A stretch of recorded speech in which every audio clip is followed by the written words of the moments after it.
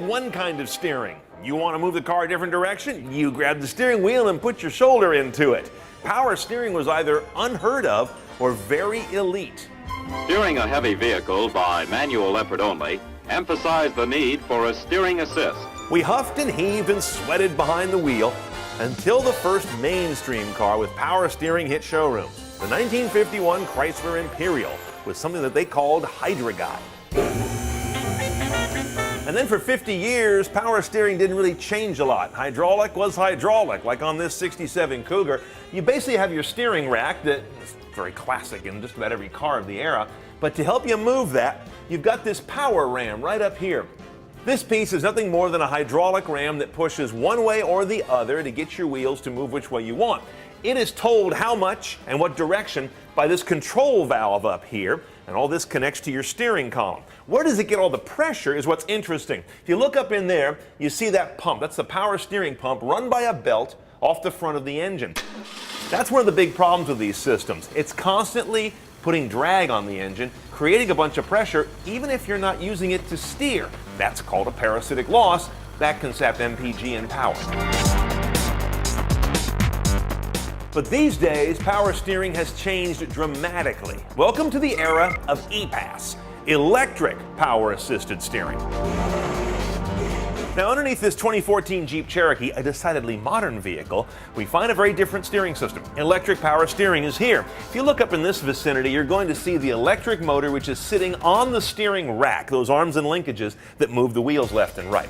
Another model is to take that motor and move it further up and put it on the actual steering column, kind of heading up toward the firewall.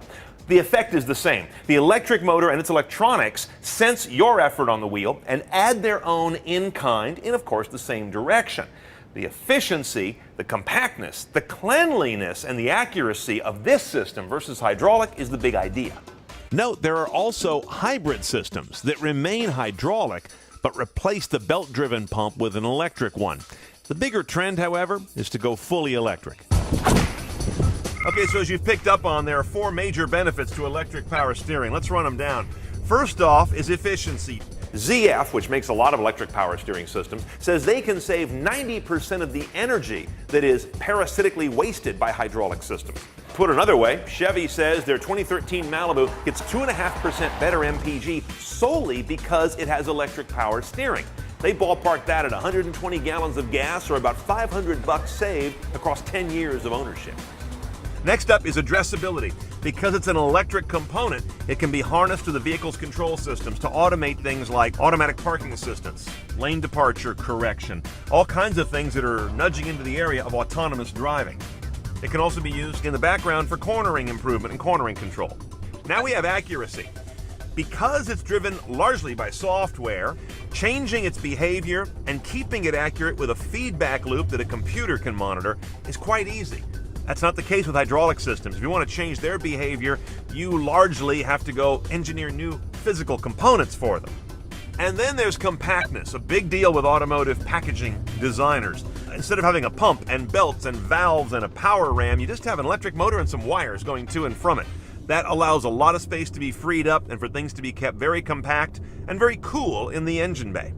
So it's a win-win-win-win. Then why do so many driving purists kind of push back on electric power steering? Well, part of it is because it's not what we've always had. It's not hydraulic, and let's face it, we've all gotten used to hydraulic steering, and automakers have dialed it in quite nicely. And early electric power steering systems did have some numbness to them and some poor what's called on-center feel. That's been largely corrected in my experience. I have a very hard time telling a good electric system from a refined hydraulic system until I look under the hood. The future? When electric power steering like we've seen today becomes steer-by-wire electric power steering. That means the steering wheel basically becomes a game controller and has no mechanical connection to the front end at all. That's down the road a few years, and that's a separate CarTech 101.